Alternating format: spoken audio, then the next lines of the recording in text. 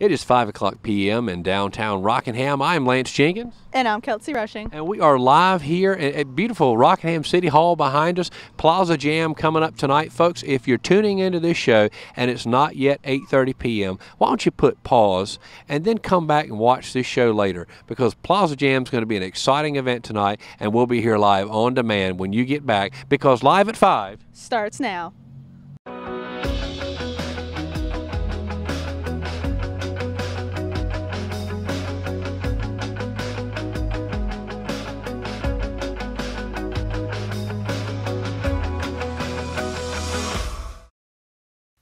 Good evening and welcome to another edition of Live at 5. I'm Lance Jenkins. And I'm Kelsey Rushing. Per usual, we have a full lineup of news from Washington, D.C., local sports, and various events throughout Richmond County for this evening's show. So let's get right to it.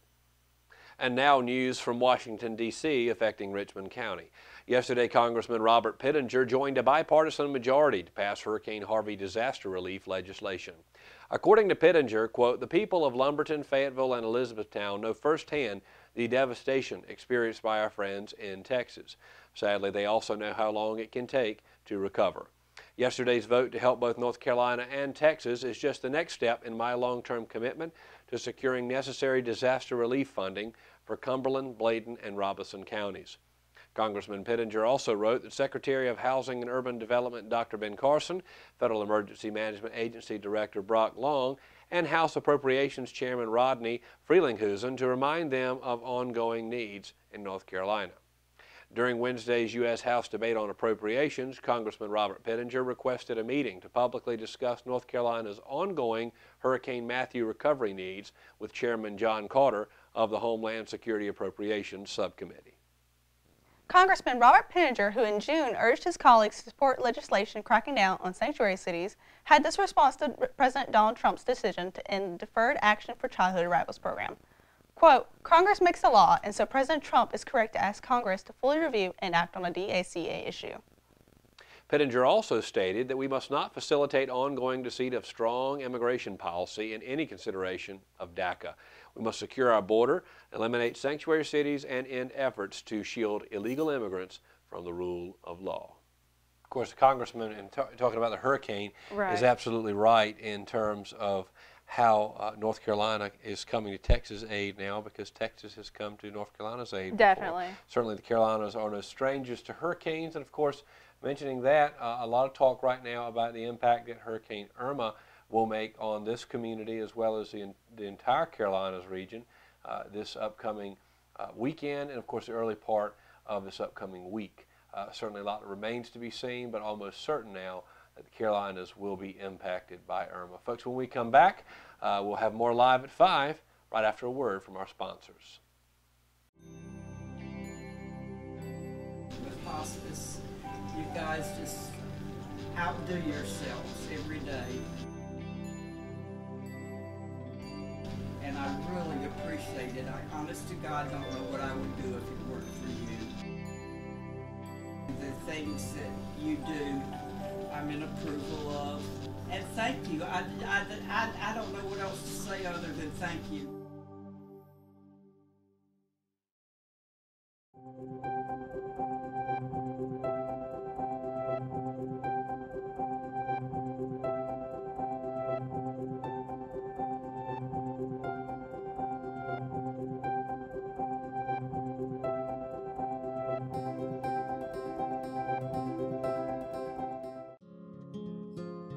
Willow Tree Antiques and Gifts is a specialty retail store in downtown Rockingham, in the heart of Richmond County.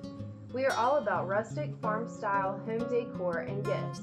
We offer a variety of antique, vintage, and new items. We love helping you make your house a home with unique, one-of-a-kind finds. We also have specialty gifts for all occasions.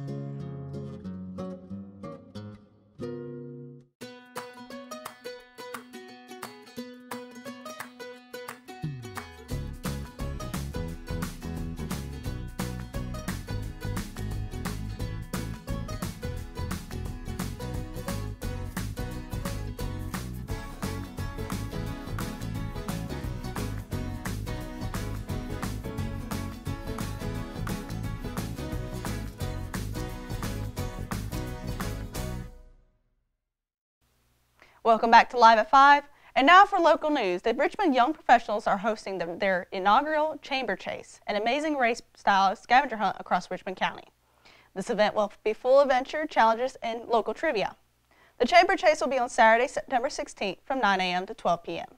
$20 for a team of 4 if pre-registered, and then $30 a day for the event. Contact the Richmond Young Professionals on Facebook for the sign-up sheet. Richmond Community College is hosting a free seminar through the Small Business Center to learn the steps for establishing a nonprofit organization in North Carolina. This event will be held at the Honeycutt Center in Laurinburg on Thursday, September 14th from 6 to 9 p.m. Sandra Dales will teach participants all aspects of starting a nonprofit organization, from the importance of the board of directors to identifying funding sources before the organization is established. She will explain the steps necessary to having it recognized as an exempt organization by the IRS. According to Dales, individuals who desire to begin a nonprofit organization have a heart to help others, but lack the knowledge of how to effectively funnel that help through a nonprofit organization. Once they marry the desire and the knowledge, the sky is the limit as to how far their assistance can go. Dales hopes to show participants that beginning a nonprofit organization may not be as daunting as they may think. This seminar is part of the Nonprofit Thursday Certificate Series offered through the Small Business Center. Each session of the series will be held on the second Thursday of each month. Completing 6 sessions in the calendar year, January 1st through December 31st, will lead to receiving a nonprofit training certificate of completion. To sign up for this seminar on September 14th, contact Angelique Gillenwater at 910-410-1848 or ajgillenwater@richmondcc.edu. This seminar is free and open to the public. Pre-registration is recommended, but walk-ins are welcome. Chamber of Commerce is partnering with the Small Business Center to host a Branding Basics class. This class will focus on what a brand is and is not, designing your brand, a brief overview on key components to brand identity, why colors are important, and what a living brand is. This session will be held on Thursday, September 14th at 11 a.m. at the Cole Auditorium. The class is free, but pre-registration is required, and a light lunch is provided for $5, for which you will pay at the door. And space is limited, so make sure you register for this class. There is now a place for consumers, farmers, and distributors to come together in one place to feed the community, and that is the new Sandhills Ag Innovation Center in Ellerby. 4 years in the making, they opened the doors in the public with the ribbon-cutting ceremony this morning. Susan Kelly, the County Extension Director in affiliation with NC State, thanked organizations and community partners who helped aid in the creation of the center, specifically Golden Leaf and the DeWitt family. Lee Berry, Mayor of Ellerby, spoke along with the Golden Leaf Foundation President Dan Gerlach and County Commissioner Don Bryant. The Ag Innovation Center will be operating under the direction of Davon Goodwin, a local muscadine farmer. The Sandhills Ag Innovation Center is a collective effort of Richmond County and surrounding areas and is expected to serve the farmers of the whole Sandhills area. We'll be right back with your weather and sports after these messages.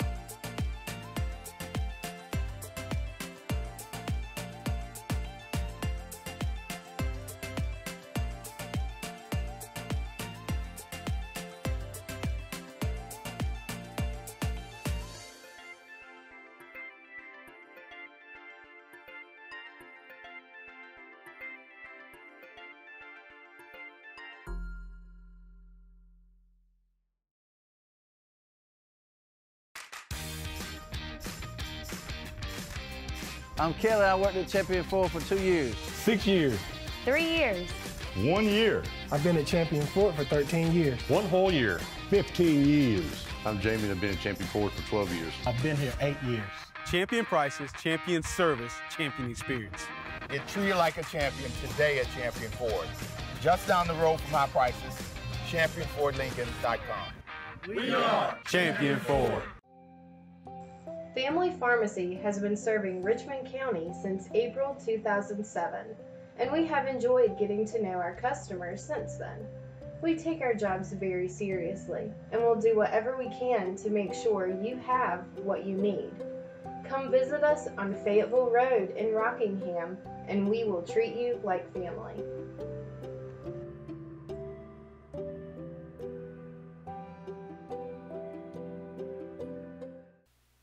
And now for tonight's sports. The Lady Raiders volleyball team racked up their 10th straight victory last night against Union Pines, their toughest competition of the year. After dropping its first opening game of the year, 25-27, the Lady Raiders dug in their heels and rallied to win 3 of the next 4. Richmond took Game 2, 25-21, lost Game 3, 20-25, and finished strong, taking Games 4 and 5, 25-22, and 15-12, respectively. Coach Shelley Wimpy said they battled hard and earned every point against their toughest opponent. The Lady Raiders used an all-out team effort to combat Union Pines and tallied a season-high 44 kills, with senior outside hitter Altman Griffin racking up a team-high 19 of her own. Senior middle hitter Owen Bowers wasn't far behind with 10 kills. Brianna Basic finished the night with 9 kills, and the remaining 6 kills were mixed between Savannah Lampley, Alexis Sweeney, and Mackenzie Webb. Webb dished out 43 offensive assists in the come-from-behind victory. The Richmond Soil and Water Conservation Office has announced that local farmers and agricultural landowners can now receive agricultural cost share funding. Eligible persons are those who are currently owners or renters of an existing agricultural property that has been in operation for at least 3 years. As there is a need to address non-point source pollution, this program helps aid in eliminating this problem via technical and financial resources. For more information, contact Kelsey Levin at 910-810-3220 or stop by RSWC's office at 123 Carolina Street, Suite 300 in Rockingham. And don't forget about Plaza Jam tonight in Rockingham from 6:30 to 8:30 p.m. on the Cole Plaza right next to the Rockingham City Hall. Tonight's band is a hip pocket band, so make sure you go out and support. Or if you're seeing this after 8:30, plan to make it out next month for the final Plaza Jam of the season. Your 3-day weather forecast is brought to you today by Farm Bureau. Tomorrow we should have a high of 81 degrees with a 0% chance of rain. Saturday will be a high of 80 degrees, once again, no chance of rain. Sunday will cool down to 75 degrees and still no chance of rain. Right on the heels of Irma, Jose has the chance to become a major hurricane. Georgia and the Carolinas are starting to prepare for possible landfall on Tuesday morning. We'll see plenty of rain regardless, but we'll continue to keep you updated. Of course, now, talking about Hurricane Irma, they actually have the storm going a little more westward, maybe the eye of the storm actually running across the Appalachian Mountains of North Carolina, which will be interesting because that region is not used to this type of weather. Oh, definitely. I'm assuming because it's such a higher plane that it hopefully won't flood. Yeah, well, that's certainly a good point. Yeah. Of course, there can be some flooding in areas like that, but they're certainly less prone to flooding than, say, the intercoastal waterway or what have you. Or like Houston and Texas. It was so close to the ocean, it got flooded so badly. Yeah, certainly. Interesting to see. Of course, they're not used to this type of weather. Of course, our area really isn't that used to that type of weather in terms of how the coast relates to this type of weather. So, folks, take precaution this weekend. Starting now, if you haven't already, take precaution. Hurricane Irma is coming. The impact on the Carolinas is almost certain. To the degree of severity, that remains to be seen, but certainly need to take preparations as this storm is certainly nothing to play around with. Hurricane Irma almost certainly going to make an impact on the Carolinas early next week. Folks, we appreciate you joining us for another episode of Live at 5, and we hope you'll return for tomorrow's edition. It's football edition, folks. Raider football is back in town as they'll take on Butler High School at Raider Stadium tomorrow night. So we look forward to bringing all the preview of the action tomorrow night's game to you tomorrow for our final edition of Live at 5 this week. And then we'll be back, of course, next week. But we'll talk about tomorrow and next week when we get there. Yeah. So, folks, thanks for joining us for another edition of Live at 5. I'm Lance Jenkins. And I'm Kelsey Rushing. So long.